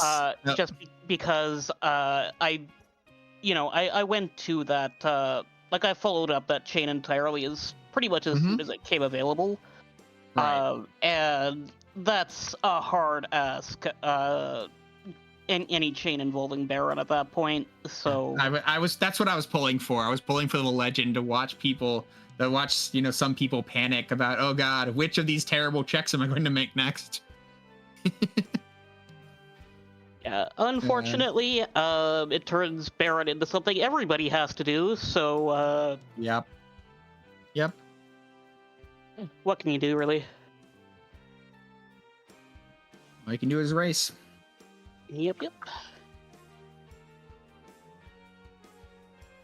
Any specific thoughts on your side, Soko? I mean, you entered, basically in ordeals behind Maggie into the fight, the Zoromas fight, so your race was very close the entire way, as well.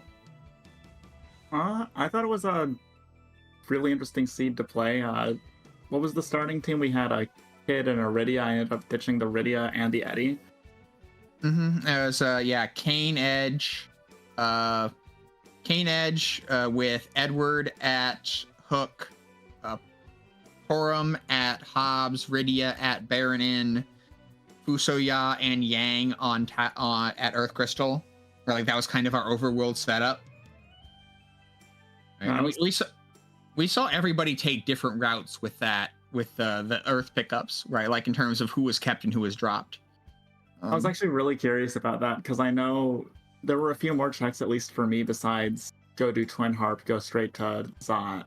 Mm-hmm. And I was curious how everyone else's early games ended up going because of that. Yeah. We saw the 2 white mage, 3 physicals. We saw 1 white mage, 4 physicals. Right. We saw a pure mage party, a 3 mage, 2 physical end state party. So we kind of saw the gamut in terms of party comp. Right. After having seen, 7 in the overworld, right? You have a pretty good idea of what your party comp's going to be at that point. So yeah, we saw a lot of us a Moon Cecil. Moon Cecil with no crystal sword. And some people had thrown the Excalibur earlier too, so there's just minimum I don't think I ever found an Excalibur. Excalibur was Mad Ogre's 4. Had an Excalibur, and a couple people at least checked it. Yeah, I'm sitting there because I've got my Eddie at that point in the state that I like him for Zoromas, which is he can survive a nerf Big Bang, and then the rest of the party, all such that you're not anticipating a second. So that's all Eddie needs. So of course, as I'm sitting there thinking, I've got one fight that would sling a Cecil up. The only thing I would do is, if I get exactly Cecil here, that's what I do to swap, and then there he is. Yep. Yeah, I think with the Crystal Sword, I think the swap is a given, honestly. But with an Excalibur and an Avenger possibly, it's a little more of a decision. Yeah, I'm on animation speed alone, I think, with a known good fight coming for that, I think even with the Excal, I think that swap is still to be preferred. But okay. I think it's certainly defensible. I think it's close, but it's entirely possible it's just still Cecil, still good. I'm gonna take that 120 XP turned into 360 XP and go. Yeah, I mean, Edward would have been clearing 1,500, maybe 2,000 on a high roll. That's absolutely just true. Doing substantially more, and again without bow and arrow animations. Yeah, replacing Edward, I think you're right. I think that's just correct. Because Edward just hadn't panned out with Spoon being on Mom, and we're not seeing Demas. Yeah. Like, he would have done his job for me, but sadly, the last minute betrayal at last, the promise of the Cade hero fulfilled. As always. All right. Unfortunately, this is, represents a loss for your team because of the outcome this week. So hopefully you get at least get a point for tiebreakers in your team's final match of the week, and turn it around for next week. Yep, fingers crossed. Yep, that's the plan. It's gonna be a good race. Like Zoe and Korgs, I think it is, and that's gonna be good. Should be tomorrow, I think. Oh yeah. Yep. Okay. So yeah, that's if anybody wants to follow your team on that one, and look out for that Zoe Korgs match. And unless you have something else you want to ask, Tasha, or something else you want to say, we can let you go. GG's to both runners. It was an incredibly close race, and all of you were very, very neck and neck the whole way. So you put on a good show either way. Yep. No, it was a good race. Thank you both for giving it to us. Well, thank you for commentating it. Thanks to the trackers, Yubari, for restreaming, all of you all for watching. Because what's a thank you sequence without an and you? Yep. Indeed. Absolutely. Well, thanks again. Have a good GG's. Good night. Good night. And with that, we are going to wrap up our broadcast. A big shout out, of course, to RPG Limit Break. Thank you to the RPG Limit Break community allowing us to host on this channel. I also want to give a shout out to the entire team behind the scenes, Neo Bari, for the restream and rolling this fantastic seed. Our two trackers, Dekar Smash and Garen, for keeping things honest and keeping things organized. And of course, my co-commentator, Mecca. It's always a pleasure working with you, man. I'm glad to hear it. Don't forget about Nibari. Fantasia is another part of this. Nibari's on my mind because I'm saying, oh, you're happy about Nibari seeds now, are you? Yeah, I'm not. Yeah, no spoilers. It's not. Anyway. Spoilers. Anyway, but Free Enterprise is not done for the evening. We are going to be raiding over to Free Enterprise Prime tonight for Klopfer versus Slippery. That's going on right now, so stay tuned. There is an 11 o'clock match tonight between Martin Broadcloak and Penguinator. That's going to be a fantastic match at 11 p.m. on Free Enterprise 2.